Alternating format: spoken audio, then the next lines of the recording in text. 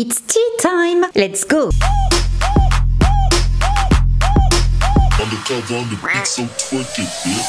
Bonjour, bonsoir tout le monde, je suis ravie de vous retrouver aujourd'hui pour démarrer cette semaine spéciale vacances de Noël, on va l'appeler comme ça. Donc tous les jours il y aura une vidéo jusqu'à dimanche et le thème de cette année, le thème noëlesque, c'est donc la série Friends. J'avais dit sur Instagram que je ferais quelque chose de spécial concernant Friends. Donc voilà, c'est parti, on démarre avec David Lawrence Schwimmer. Eh bien, il est né le 12 novembre 1966 à Astoria, dans l'état de New York. Et il est pas qu'acteur, il est également réalisateur et metteur en scène. Alors, il n'a pas fait du droit, comme on aurait pu le penser, parce qu'il a ses deux parents qui sont avocats. Bah lui, il a commencé le théâtre à 10 ans et il s'est jamais arrêté. Hein. For me, it was nothing greater than the sound of my parents laughing because of something I created. How did you make them laugh? Give me an idea.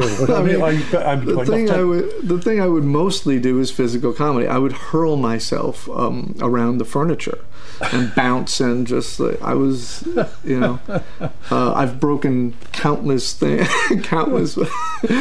bones. I really have. Après ses études universitaires, il a cofondé The Looking Glass Theatre, qui est une compagnie. Ils étaient 8 et ça lui a permis d'avoir plusieurs casquettes. Donc il était comédien, mais également metteur en scène. Et une de leurs pièces s'appelait The Jungle, qui a eu beaucoup de récompenses. Et par la suite, il a commencé à s'attaquer au petit écran. Donc on a pu le retrouver dans La Loi de Los Angeles, mais également New York Police Blues, Les années coup de cœur. Et c'est en 1990 qu'il commence à s'attaquer au cinéma. Ce sera dans le film Le vol de l'intrudeur, l'intrudé, l'intruder. Je sais pas du tout comment ça se prononce. Je ne connais pas ce film. Il a un petit rôle dedans. Il va enchaîner ensuite dans une série qui s'appelle Monty. Seulement, c'est annulé après 5 épisodes. I felt like I didn't really have a voice. The writing staff wasn't really listening to my pitches, my ideas. Where I'm a very collaborative person, and if you're going to work with me as an actor, then I want to bring something to it, so I didn't feel like I really had a voice in that show, and while I respected that was their process, it wasn't fun, and I was actually relieved when they didn't pick up the show for more episodes, because when you sign for any of these shows, you're signing for, at that time it was a 5-year contract. Une chance parce que du coup ça lui permet de passer l'audition pour Ross dans la série Friends et c'est donc là que jackpot, il va connaître le succès bien sûr. Donc le premier épisode est diffusé le 22 septembre 1994 sur la chaîne NBC. Premier épisode qui est un succès ainsi que le deuxième, etc. Parce que des fois oui ça marche très bien pour le premier épisode et après ça se casse la binette. Non, Friends a tout déclassé. Et là lors de Friends Reunion qui a eu lieu il y a pas très longtemps, on est justement revenu un petit peu sur les relations entre les comédiens lors du tournage de Friends et on a appris des choses assez intéressantes. Well, I mean, David? Yeah. Yeah, I mean the first season. Yeah, the first season I had a major crush on Jen. And I think we both, at some point, we were both crushing hard on each other. Alors, justement, David et Jennifer Aniston ont été pas mal troublés l'un par l'autre quand ils se sont rencontrés. Ils se sont plu dès le premier regard, mais ils n'ont jamais été plus loin. Il s'est jamais rien passé entre eux. À ce propos, David déclare « C'était comme si 2 navires passaient parce que l'un de nous était toujours en couple et que nous n'avions jamais franchi cette frontière. Nous avons respecté cela. » Et Jen, de son côté, elle dit « La première fois que nous nous sommes embrassés dans ce café, nous avons canalisé tout notre amour et notre adoration l'un pour l'autre dans les personnages de Ross et Rachel. » When we filmed that, and it was amazing. The audience, they were so invested. The stakes were so high for them as well, and you felt it as actors. The live audience was feeding us and fueling that kiss. So, in your own life, you do have a girlfriend. Not any longer. Oh, I'm sorry. That's okay. Sorry I brought it up. That's okay. But now, David, you could have a girlfriend if you so desired. Come on, David. I suppose yes.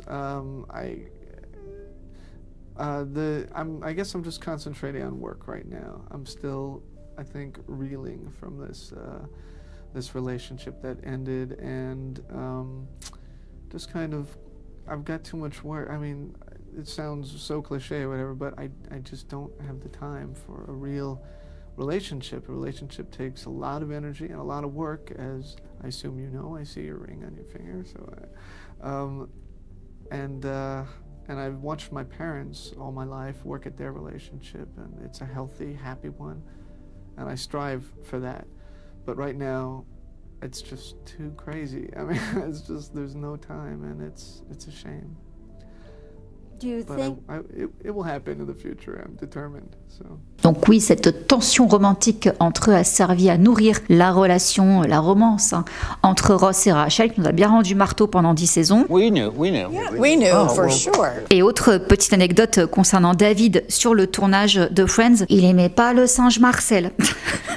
Alors ça, c'est Matt Leblanc qui l'a déclaré au Jimmy Kimmel Show. Il a dit que David était souvent lassé de jouer avec le singe. J'adorais ce singe, j'aime les animaux et ce singe était vraiment cool. Mais David Schwimmer, pas tant que ça. Il était celui qui devait jouer le plus souvent avec lui, donc il était toujours blasé, genre « Oh, encore avec le singe !» Cependant, pour la défense de David, Cathy, donc le véritable nom du singe, à ce qu'il paraît, c'était une vraie diva sur les plateaux. Il n'était pas rare qu'elle n'en fasse qu'à sa tête et bouscule le planning de tournage. Et à ce sujet, justement, Matt Leblanc déclare « Un jour, on tournait une scène avec le singe.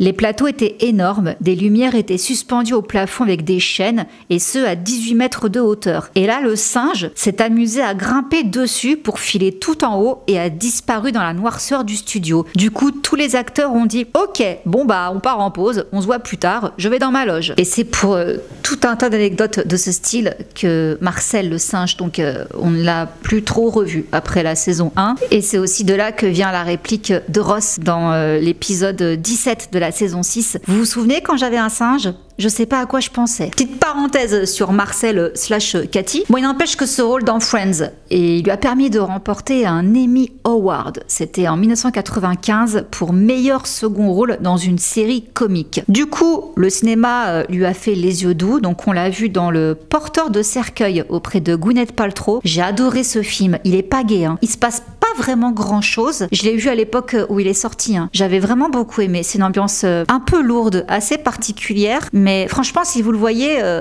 voyez-le. Ouais. Moi j'ai bien aimé en tout cas, j'aime bien ce style de film. Et on l'a vu également dans 6 jours 7 nuits avec Harrison Ford. À cette même époque, de 1996 à 1997, il est en couple avec la chanteuse Natalie Imbruglia et il poursuit les tournages. On va le retrouver en 98 dans plusieurs longs métrages, hein, Un élève doué. Ensuite ce sera 10 ans plus tard et Une fiancée pour deux. En 2001, il va tourner un film d'époque sur la Seconde Guerre mondiale qui s'appelle 1943, l'ultime révolte, et ensuite il enchaîne avec Morceaux choisis aux côtés de Woody Allen. L'année suivante, en 2002, il interprète le capitaine Herbert Sobel. C'est dans la série Frères d'armes et ce rôle va même lui valoir un Golden Satellite Award. Côté cœur, la même année, il se met en couple avec l'actrice espagnole Carla Alapont, mais il se sépare l'année suivante en 2003. Et là, on arrive donc en 2004. Après 10 ans de bons et loyaux services, Friends tire sa révérence. David Schwimmer a réalisé 10 épisodes durant les 5 dernières saisons et il a même réalisé 2 épisodes de la série spin-off Joey. Et donc là, la série se termine. Qu'est-ce qu'il fait ? Eh bien, il va être à l'affiche d'un film indépendant, Doohan Hopwood, et ensuite il va se tourner vers le doublage, dans une saga qui va d'ailleurs tout cartonner, hein. Il s'agit de Madagascar, donc il va doubler la girafe, Melman, et ce pour les 3 opus, donc le 1, le 2, le 3, et même dans un 4e mini-opus, si je peux dire, c'était un court-métrage spécial Noël de Madagascar. Ensuite, il va retourner encore à la réalisation, donc là il va réaliser 2 téléfilms, puis un long métrage qui s'appelle Cours toujours Denis, et il retourne en tant qu'acteur en 2006 dans le film Big Nothing. Il va tenter sa chance à Broadway pendant 2 ans. Donc on va le voir dans The Kane Mutiny Court Martial et il va également mettre en scène une pièce qui s'appelle Fault Lines avant de retrouver le chemin des plateaux de cinéma. Ce sera aux côtés de Kate Beckinsale pour le film Le Prix du Silence. La même année 2007, il se met en couple avec une artiste et photographe britannique Zoé Buckman, avec qui il va se marier d'ailleurs en 2010. Ils vont même avoir une petite fille ensemble, Cléo, qui va naître le 8 mai 2011. Et pendant ce temps, il va faire plusieurs petites apparitions dans des caméos, également dans des comédies telles que 30 Rock, Entourage. Et là, c'est l'heure des confessions. Bon,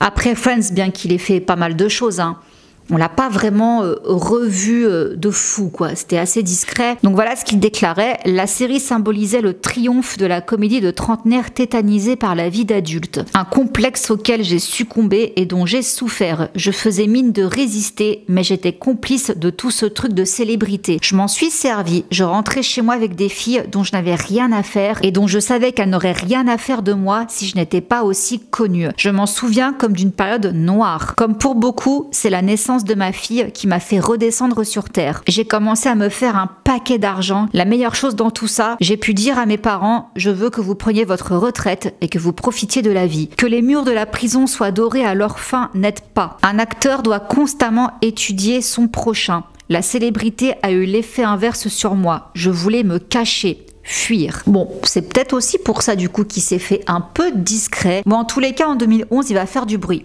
Il va réaliser un film qui s'appelle Trust avec Clive Owen en tête d'affiche. Et alors là, ça rigole pas. Film coup de poing.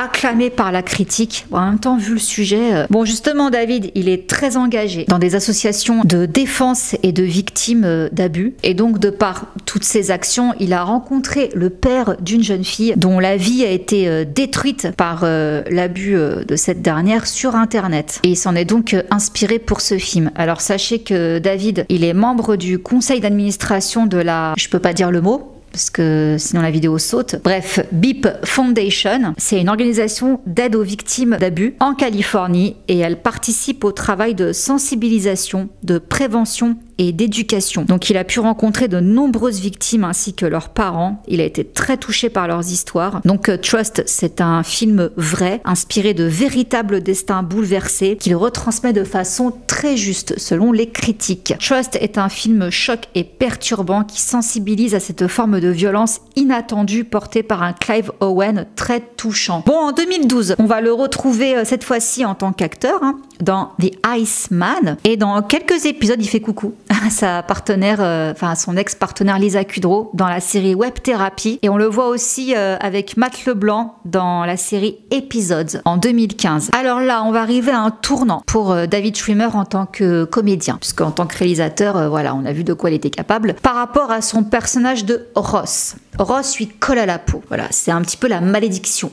Quand on a fait un rôle comme ça, aussi marquant que tout le monde aime, bon, on n'arrive pas à s'en défaire. Il déclare qu'il lui a fallu 10 ans pour que les gens puissent le regarder sans voir Ross. Qu'est-ce qu'il a fait? En 2016, il va faire un double comeback. Il va faire 2 rôles coup sur coup qui vont détruire l'image de Ross une bonne fois pour toutes. Donc là, il attaque fort. On le retrouve dans American Crime Story, People vs O.J. Simpson. Reconstitution donc du fameux procès d'O.J. Simpson, où là, il incarne Robert Kardashian. Oui, le père Kardashian himself, qui était donc avocat et ami proche d'O.J. Simpson. Alors, on a aussi Cuba Gooding Jr. qui interprète O.J. Simpson. Et voilà ce qu'il déclare justement sur David. Je ne savais pas à quoi m'attendre. Je connaissais son timing comique, bien sûr, mais ce rôle ne repose pas sur des répliques préfabriquées. David a su faire preuve d'une grande ouverture émotionnelle. Et juste après, il enchaîne avec une nouvelle série dramatique qui s'appelle Feed the Beast. Bon, malheureusement, ça fera qu'une saison de 10 épisodes. Mais le showrunner de cette série, donc Clyde Phillips, voilà ce qu'il déclare à propos de David Schwimmer. Il est Ross Geller, mais il cherche désespérément à ne plus l'être. Il s'est battu bec et ongle pour obtenir le rôle de Tommy dans Feed the Beast. David voulait absolument changer son apparence pour le rôle. Il a coupé sa magnifique masse de cheveux,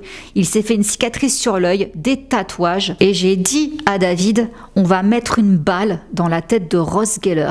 et on l'a fait. Et donc voilà, Ross est ripé. Maintenant, place à Tommy Moran en 2016, malheureusement, comme je vous dis, seulement pour une saison. En avril 2017, malheureusement, David et Zoé se séparent et son dernier rôle, c'était en 2020. Il a tenu pendant 2 saisons le rôle d'un agent de la NSA dans une série britannique qui s'appelle Intelligence. Et voilà donc les dernières news de David Schwimmer. Des rôles forts dans les dernières années là, mais beaucoup de réalisations. De toute façon, ça on le savait hein, depuis très longtemps qu'il adorait ça. Donc voilà, pour ce qui est de David Schwimmer, pas de drama, pas de casserole, pas de rien. Le mec il est clean quoi, il y a rien. Juste il a fait son petit bonhomme de chemin.